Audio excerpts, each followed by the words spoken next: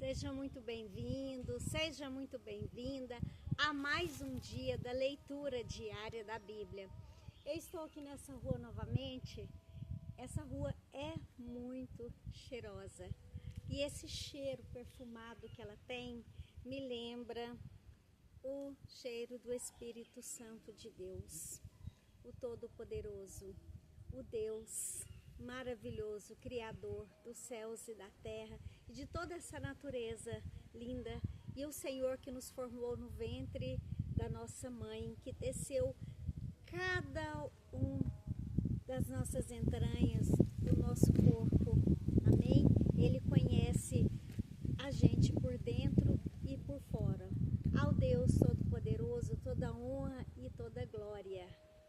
Hoje vou estar lendo para mim e para você 1 Coríntios capítulo 15. A ressurreição de Cristo. Irmãos, quero lembrá-los do evangelho que preguei a vocês, o qual vocês receberam e no qual estão firmes. Por meio deste evangelho vocês são salvos, desde que se apeguem firmemente à palavra que preguei. Caso contrário, vocês têm crido em vão.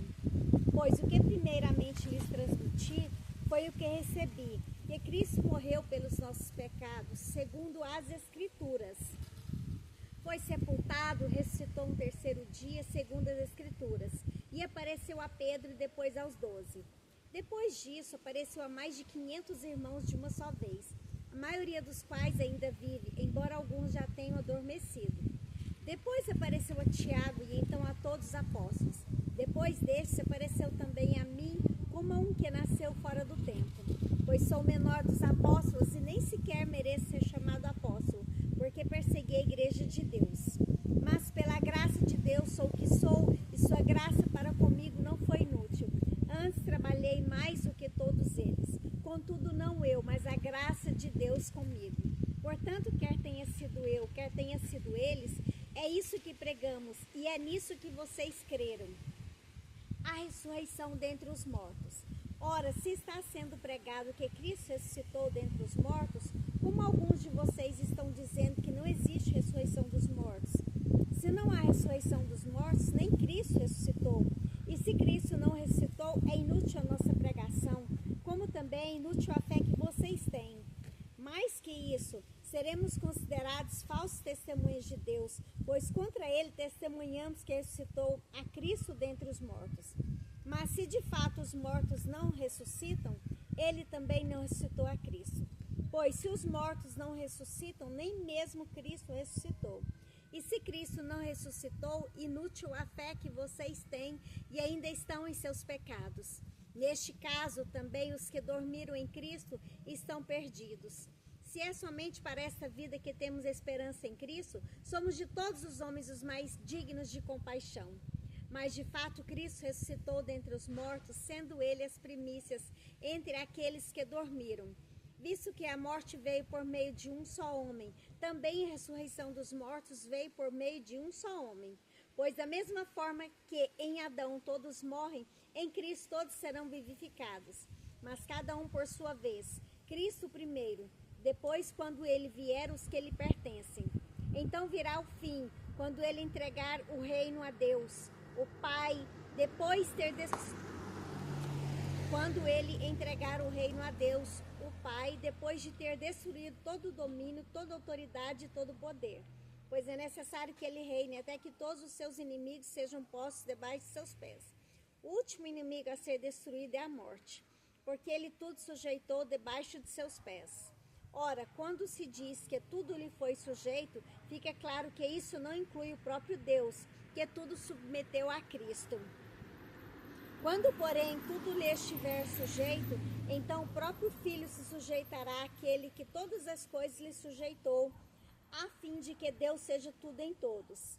Se não há ressurreição, que farão aqueles que se batizam pelos mortos? Se absolutamente os mortos não ressuscitam, porque se batizam por eles? Também nós, porque estamos nos expondo a perigos o tempo todo. Todos os dias enfrento a morte. Irmãos, isso digo pelo orgulho que tenho de vocês em Cristo Jesus, nosso Senhor. Se foi por meras razões humanas que lutei com feras em Éfeso, que ganhei com isso, se os mortos não ressuscitam? Comamos e bebamos, porque amanhã morreremos? Não se deixe enganar, as más companhias corrompem os bons costumes. Como justos, recuperem o bom senso e parem de pecar, pois alguns há que não têm conhecimento de Deus. Digo isso para vergonha de vocês. O corpo da ressurreição. Mas alguém pode perguntar, como ressuscitam os mortos? Com que espécie de corpo virão? Insensato! O que você semeia não nasce a não ser que morra. Quando você semeia, não semeia o corpo que virá a ser, mas apenas uma simples semente, como de trigo ou de alguma outra coisa. Mas Deus lhe dá um corpo como determinou, e a cada espécie de semente dá seu corpo apropriado. Nem toda a carne é a mesma. Os homens têm uma espécie de carne, os animais têm outra, as aves outra e os peixes outra. Há corpos celestes e há também corpos terrestres. Mas o esplendor dos corpos celestes é um e dos corpos terrestres é outro. Um é o esplendor do sol, outro da lua e outro das estrelas. E as estrelas diferem em esplendor umas das outras. Assim será com a ressurreição dos mortos. O corpo que é semeado é perecível e ressuscita imperecível. É semeado em desonra e ressuscita em glória. É semeado em fraqueza e ressuscita em poder. É semeado um corpo natural e ressuscita um corpo espiritual. Se há corpo natural, há também corpo espiritual. Assim está escrito: o primeiro homem, Adão, tornou-se um ser vivente. O último Adão, espírito vivificante. Não foi o espiritual que veio antes, mas o natural. Depois dele, o espiritual. O primeiro homem era do pó da terra, o segundo homem dos céus. Os que são da terra são semelhantes ao homem terreno, os que são dos céus ao homem celestial.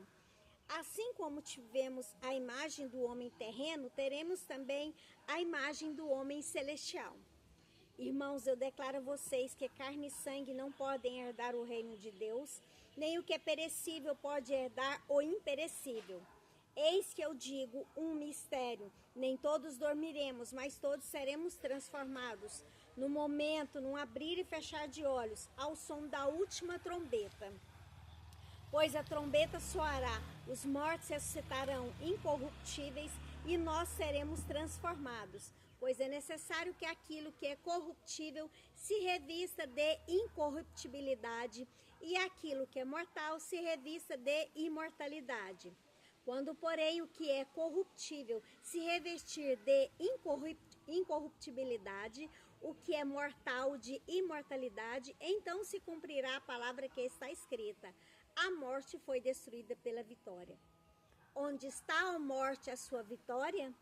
Onde está a morte, o seu aguilhão? O aguilhão da morte é o pecado, e a força do pecado é a lei. Mas graças a Deus que nos dá a vitória por meio de nosso Senhor Jesus Cristo.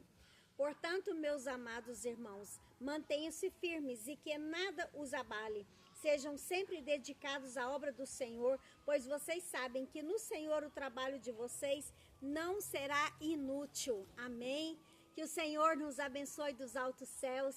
Se for da vontade de Deus, amanhã nós estaremos juntos novamente. Um grande abraço no seu coração.